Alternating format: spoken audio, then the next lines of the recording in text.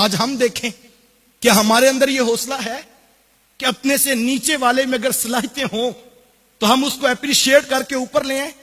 نہیں، ہم تو حسد کی آگ میں جلتے ہیں اور ہم کوشش کرتے ہیں کہ یہ نیچے والا دب کے رہے اور یہ کبھی اوپر نہ آئے۔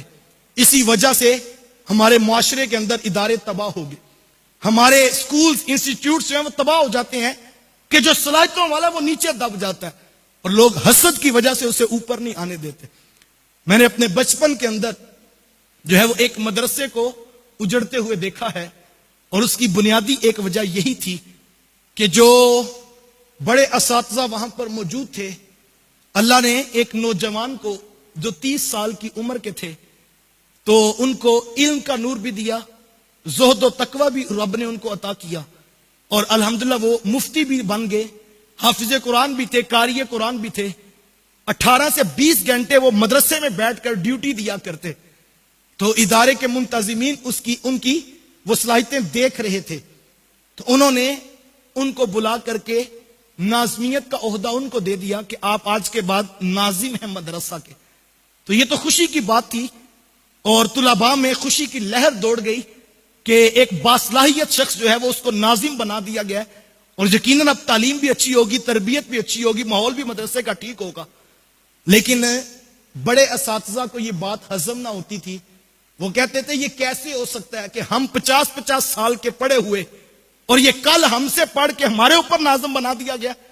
کاش کہ وہ یہ سوچتے کہ میاں جس سفر میں تمہیں 50 سال لگے ہیں، جس رب نے 50 سال میں تمہیں عطا کیا ہے، وہ کریم کسی کو 30 سال میں نہیں عطا کر سکتا۔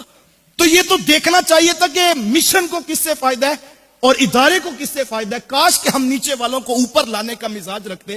دیکھیے ہر شخص کے مقدر کو اللہ نے لکھ دیا، اور بڑی خوبصورت بات کسی دانشور نے کی اور بڑا مجھے خوبصورت لگا ان کا یہ جملہ۔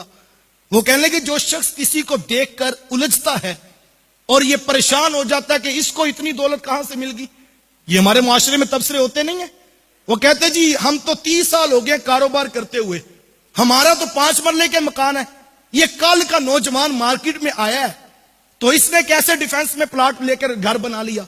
اور میاں پلاٹ جو ہے وہ نوکریوں سے تو نہیں ملتے، پلاٹ جو ہے وہ کاروبار سے تو نہیں ملتے، پلاٹ تو بندہ 120 دن کا ماں کے پیٹ میں ہوتا ہے، ایک فرشتہ آتا ہے اس کے حصے کے سارے پلاٹ لکھ کے چلا جاتا ہے۔ تو جس رب نے لکھے ہیں اس نے تو عطا کرنے ہیں۔ تو کسی کا سفر 50 سال میں، کسی کا 60 سال میں، کسی کا 30 سال میں، ہم الجھ جاتے ہیں۔ کاش کہ ہم اس پر غور کریں کہ یہ کتنا بڑا مرض ہے۔ تو وہ دانشور کہتے ہیں جو اصل میں حاسد شخص ہے، جس سے حسد کر رہا ہے اس سے نہیں الجھتا، اصل میں اپنے رب کی تقسیم کے اوپر اعتراض کرتا ہے کہ اس کو یہ دیا کیوں گیا ہے۔ یار دینے والا تو رب ہے، وہ خود فرماتا ہے قل اللہم مالک الملک تؤتی الملک من تشاء وتنزع الملک ممن تشاء وتعز من تشاء وتذل من تشاء۔ وہ کہتا ہے وہ اللہ ہے، وہ جس کو چاہتا ہے سلطنت عطا کرتا ہے اور جس کو چاہتا ہے عزتیں عطا کرتا ہے، جس سے چاہتا ہے عزتیں چھین لیتا ہے۔ صاحب اگر من تشاء کا مفہوم سمجھ آ جائے تو پھر انسان اپنے بھائی سے الجھ نہیں سکتا۔